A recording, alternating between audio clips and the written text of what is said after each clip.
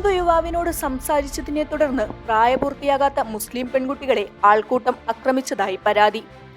അക്രമത്തിന്റെ ദൃശ്യങ്ങൾ സമൂഹമാധ്യമങ്ങളിൽ പ്രചരിച്ചതോടെയാണ് സംഭവം പുറത്തറിയുന്നത്. ബന്ധുവീട്ടിൽ നിന്ന് മടങ്ങുന്ന വഴി ബൈക്കിലെത്തിയ യുവാവ് വഴി ചോദിച്ചു. വഴി പറഞ്ഞുകൊടുക്കുന്നതിനിടയിൽ രണ്ടുപേർ എത്തുകയും പ്രശ്നമുണ്ടാക്കുകയുമായിരുന്നു.